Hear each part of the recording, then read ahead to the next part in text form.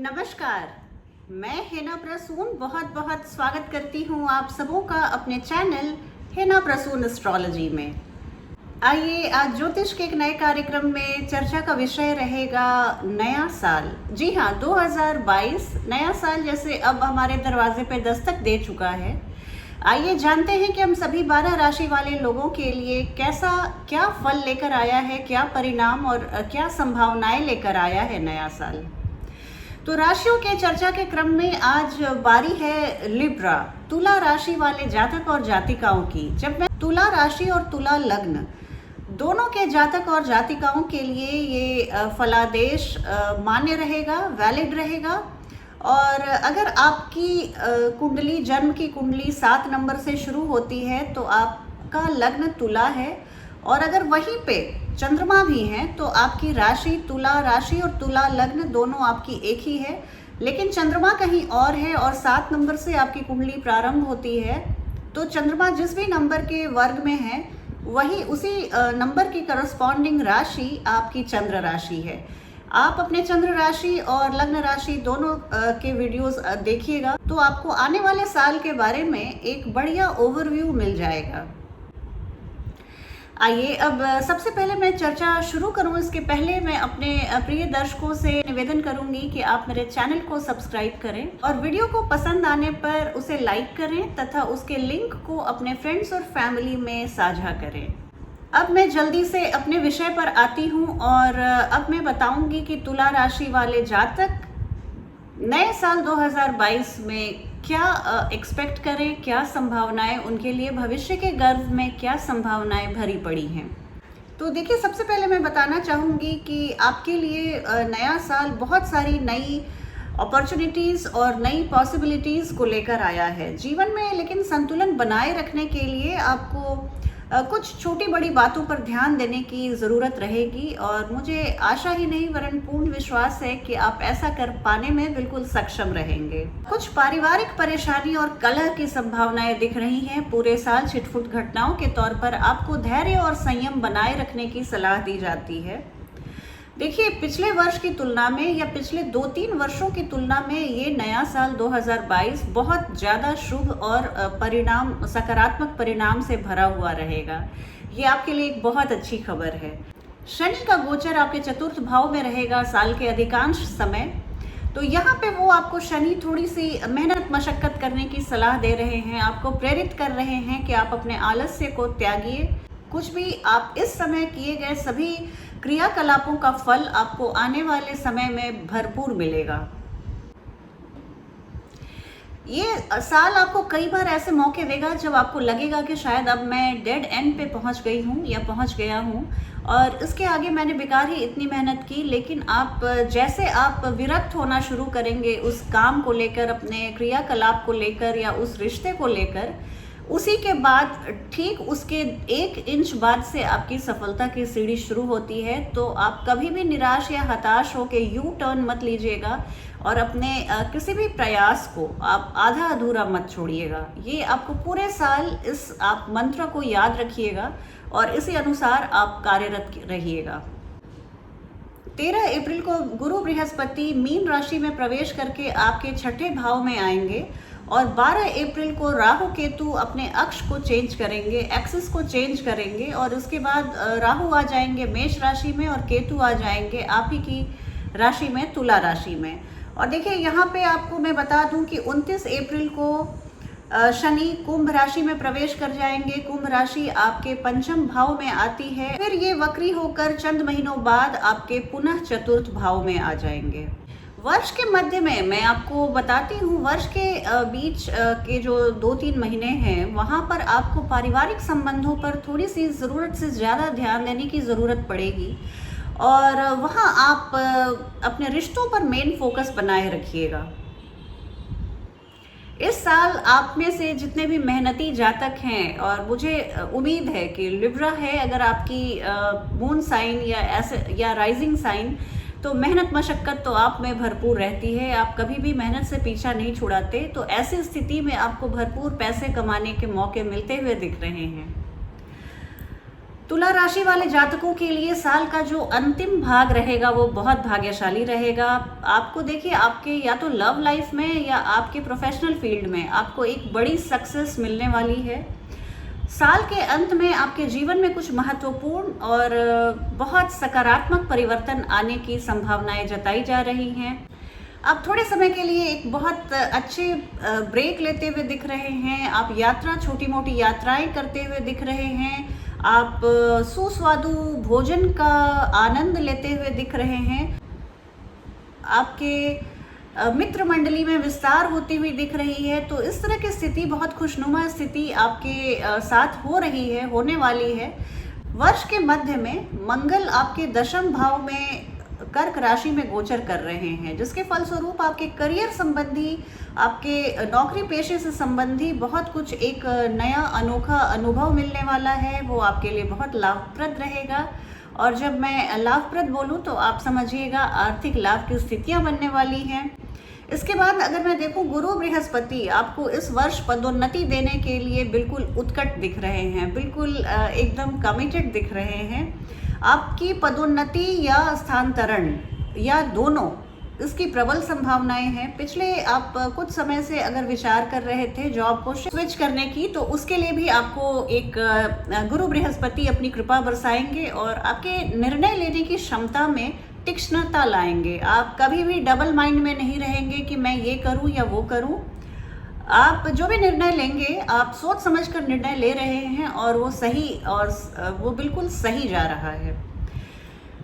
इसके अलावा देखिए, आपके अष्टम भाव में राहु केतु एक्सिस आ रहा है और यहाँ पर आपके अष्टम भाव में राहु आ रहे हैं, जो कि अष्टम भाव में राहु हालांकि अच्छा ही फल देते हैं। 2 स्थानों में पाप ग्रह बहुत अच्छा फल देते हैं, लेकिन यहाँ से वो आपको कुछ अनएक्सपेक्टेड गेन्स या अनएक्सपेक्टेड लॉसेस की स्थिति बना रहे हैं। ये आपकी पर्सनल कुंडली, पर्सनल बर्थ चार्ट पे डिपेंड करता है। कुछ अवांछित खर्चे, कोर्ट कचहरी या बेकार की मगजमारी में खर्चे हो सकते हैं। और यहाँ पर मैं आपको कुछ फाइनेंशियली डिसिप्लिन रहने की सलाह दूंगी। इसके अलावा देखिए, एक बहुत इंपॉर्टेंट गोचर हो रहा है आपके चतुर्थ भाव में। यहाँ पर शनि आप आ रहे हैं और यहाँ पर वो आपको आपके पारिवारिक कल्याण और सुख सुविधाओं में कुछ कमी दिखाते हैं, कुछ बाधा उत्पन्न करते हुए से दिख रहे हैं। हालांकि इन सब परिस्थितियों के बावजूद पिछले 2-3 सालों से इस साल आपका बहुत बेहतर रहने वाला है। मैं सिलसिलेवार ढंग से हर महीने की बात करूं तो देखिए, जनवरी में आपकी शुरुआत बहुत अच्छी रह रही है। आप अपने परिश्रम के बदौलत बहुत अच्छा परिणाम हासिल करते हुए दिख रहे हैं। आप बहुत एक्टिव रह रहे हैं। जो आपकी मित्र मंडली है, आपका फ्रेंड सर्कल है, उसमें मैं विस्तार देख रही हूँ। आपके फ्रेंड सर्कल का डायमीटर बढ़ता हुआ मैं देख रही हूँ। और इसके अलावा मैं ये भी देख रही हूँ कि पारिवारिक सदस्यों से आपकी निकटता बढ़ रही है। देखिए, फरवरी से जून के महीने में मैं तुला राशि वाले जातकों को बोलूँगी कि ये जो समय है, इस पर आप थोड़ा सा विशेष ध्यान दीजिएगा। और इतना ही विशेष ध्यान आप सितंबर से दिसंबर के बीच में भी दीजिए। देखिए, कोई भी चल या अचल संपत्ति खरीदना हो, रियल एस्टेट प्रॉपर्टीज़ में इन्वेस्ट करना हो, लग्जरी गाड़ियाँ खरीदनी हो, तो इस दौरान आप बचिएगा, डिसीजन लेने से बचिएगा। हालांकि घर खरीदने और बेचने के लिए आप उतने दिन नहीं रुक सकते, तो ज़रूर आप घर के बड़ों की मदद से सलाह मशवरा करने के बाद ही आप इस निर्णय को लीजिएगा। इस दौरान हालांकि आप कोई नया रोजगार शुरू करना चाहते हैं, कुछ बिजनेस शुरू करना चाहते हैं, तो वो आपके लिए बहुत लकी रहने वाला है। आपके नैसर्गिक कारक शनि आपको यहाँ पर बहुत आशीर्वाद देते हुए दिख रहे हैं। आप मत भूलिए, तुला राशि में ही शनि उच्च के होते हैं और आपकी राशि उन्हें बहुत पसंद है। तो आपके लिए जितना कुछ हो सकेगा, जो आपकी लाइफ में लॉन्ग टर्म बेनिफिट्स ला सकता है, तो उन सभी परिस्थितियों को शनिदेव लाने का प्रयास करेंगे। अगस्त के बाद देखिए, आपके रुपए पैसे की स्थिति बहुत बदलने वाली है और यहाँ पर आप बहुत कंफर्टेबल फील करेंगे फाइनेंशियली। इस दौरान हालांकि आपके माता पिता से आपकी कुछ मिसअंडरस्टैंडिंग बढ़ सकती है, तो यहाँ पर आप सावधान रहिएगा। माँ बाप से बड़ी संपत्ति कुछ भी नहीं होती। आप उनके साथ कभी भी गलतफहमी पनपने मत दीजिएगा। और मैं अगर ये इसको फिलोसॉफिकल आप नहीं भी लें तो एस्ट्रोलॉजिकली भी मैं बोल रही हूँ। माता और पिता सूर्य और चंद्रमा को डिनोट करते हैं और हमारी कुंडली में सभी ग्रहों को मिला के जो परिणाम आता है, और अगर आप सभी 9 ग्रहों को मिला के आप 100% मानते हैं तो सिर्फ ये जो 2 लुमिनरीज हैं मून और सन, इन्हीं का परसेंटेज 35% होता है। तो आप समझ सकते हैं कि ये दोनों ग्रह कितने महत्वपूर्ण हैं और इनको अनुकूल करने के लिए किसी भी टोटके और ड्रामे की ज़रूरत नहीं। बस आप अपने मम्मी पापा को खुश रखिए, उनके आज्ञाकारी बेटे बेटी बनिए, तो आपको ऑटोमेटिकली इन दोनों ग्रहों का आशीर्वाद, शुभ आशीर्वाद मिलने लगेगा। अगस्त के महीने में अगर आपने नई नौकरी शुरू की है तो शुरुआत में थोड़ी सी दिक्कत हो सकती है, टीथिंग ट्रबल जिसे कहते हैं, वो उससे आप उसका सामना कर सकते हैं। स्वास्थ्य के प्रति भी मैं बोलूँगी अगस्त के महीने में आप थोड़ा सा ध्यान रखिएगा।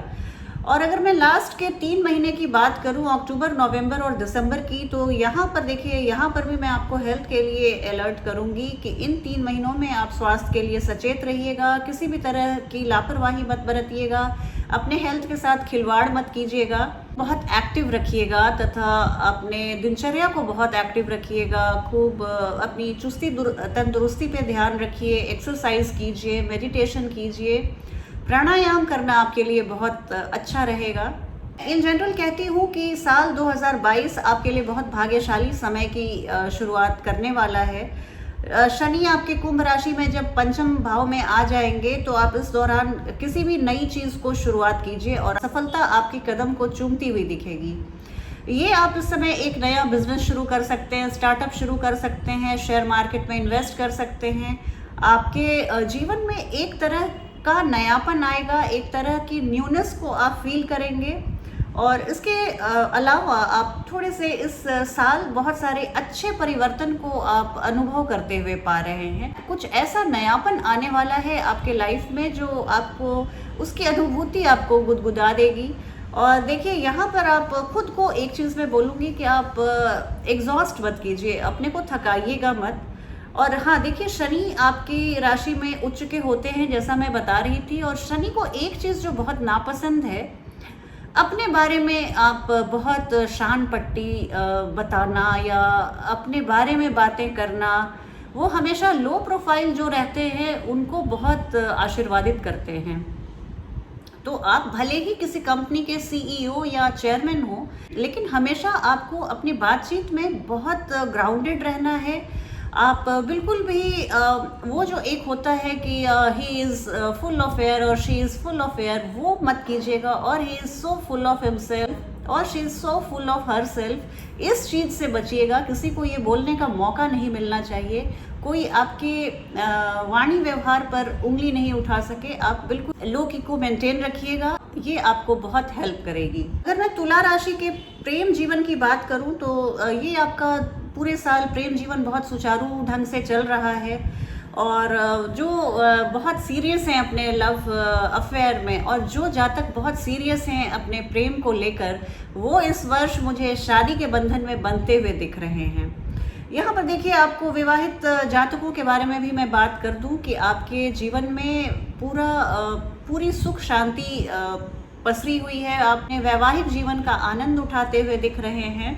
और हालांकि आप बहुत मधुरता से अपने जीवन साथी से पेश आएंगे, फिर भी वाणी की कठोरता कभी कभी या शुष्कता कभी कभी आपको परेशान कर सकती है, या यूं कहूँ आपके जीवन साथी को परेशान कर सकती है। तो इस पर आप नज़र बनाए रखिएगा। अगर मैं आपके करियर की बात करूं तो देखिए, 2022 में करियर के दृष्टिकोण से ये एक औसत से अच्छा साल साबित होने वाला है। और देखिए, आप पिछले शुरुआती महीनों में आप पदोन्नति एक्सपेक्ट कर सकते हैं, जैसा कि मैंने बताया। और साल का दूसरा भाग थोड़ा सा चुनौतीपूर्ण दिख रहा है मुझे, लेकिन आपको मैं सलाह दूंगी कि आप अपने वरिष्ठों और सहकर्मियों से बहुत अच्छे संबंध बना के रखिए, ये आपको हेल्प करेगा। नौकरी छोड़ने से पहले आप जो नई नौकरी के लिए जाना चाह रहे हैं, उसे आप बहुत अच्छी तरह से रिसर्च करके आप अपने जॉब को चेंज कीजिएगा। एक बात है, अगर आप पहली बार आप फ्रेशर्स हैं, आप पहली बार नौकरी ज्वाइन करने जा रहे हैं, तो ये वर्ष आपके लिए यादगार रहने वाला है। तुला राशि के मैं विद्यार्थियों की बात करूं तो देखिए आपको 2022 में प्रबल सफलता की संभावनाएं बनती हुई दिख रही हैं। इस वर्ष अगर आपने प्रतियोगी परीक्षा दी है तो आपके लिए ये वर्ष बहुत ही अच्छा रहने वाला है।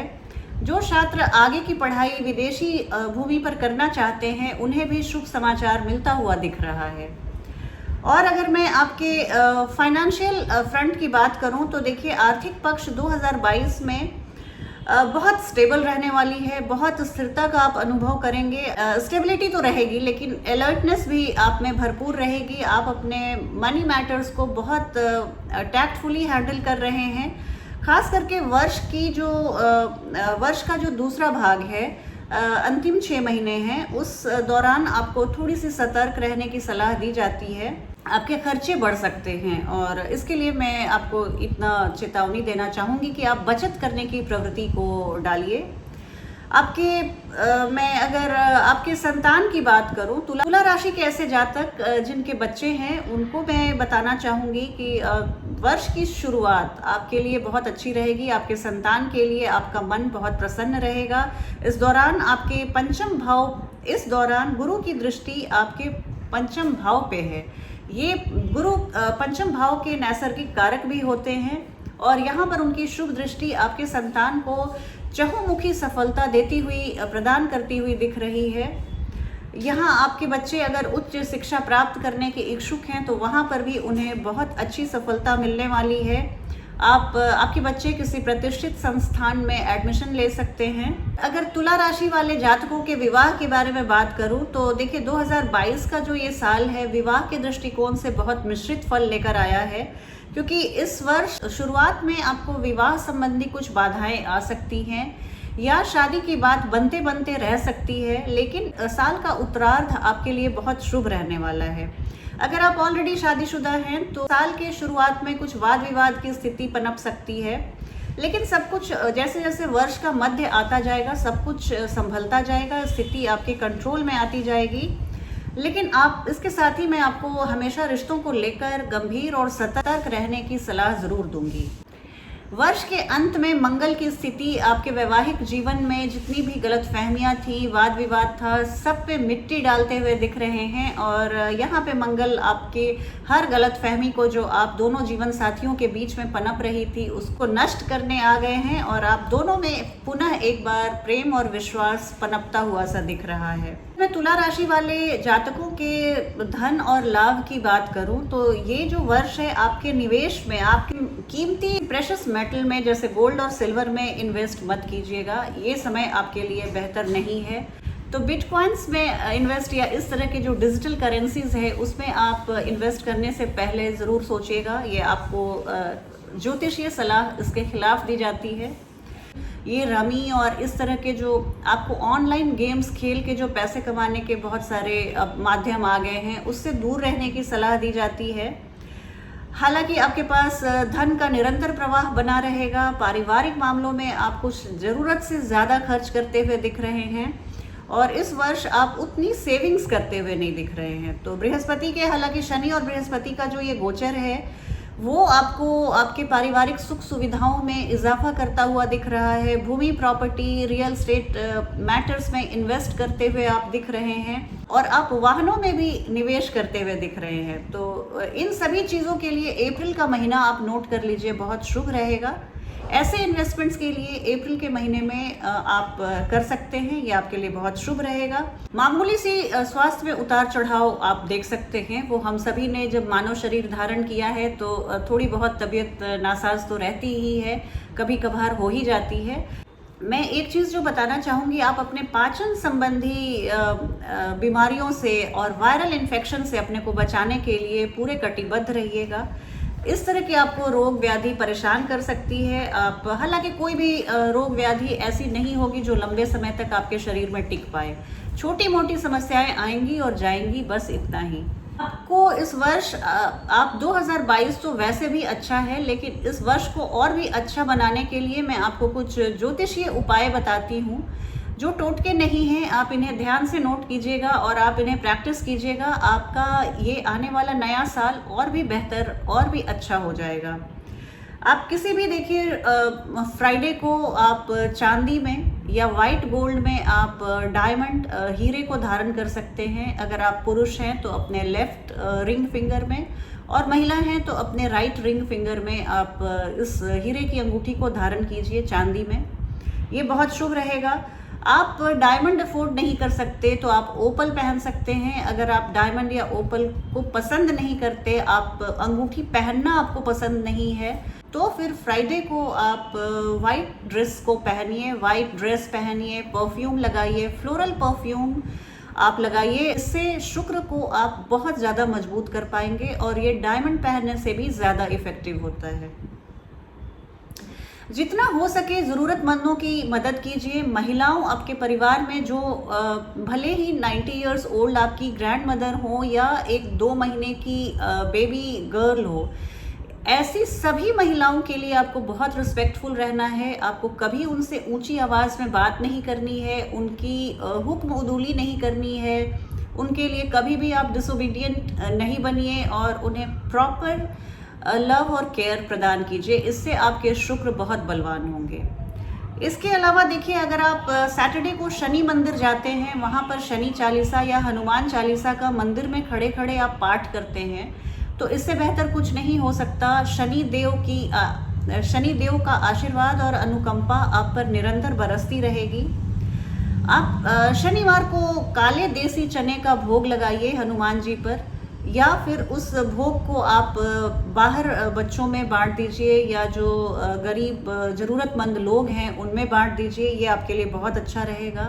छोटे से छोटा जानवर, चींटी से लेकर एक छोटा पतिंगा हो, उसका भी आप हार्म मत कीजिए, उसे भी आप मारिए मत।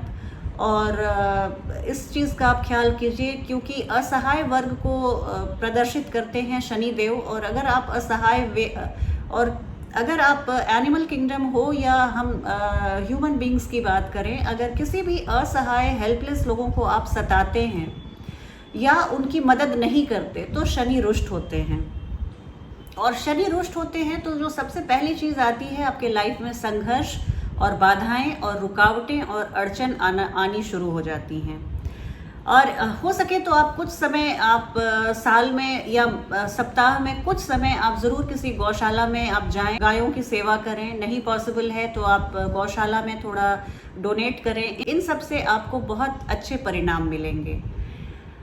अब बस इतना ही आज के कार्यक्रम में। चलती हूँ आपसे एक नई वीडियो में, बहुत जल्दी भेंट होगी। तब तक आप अपना ध्यान रखिए। जय हिंद, जय भारत।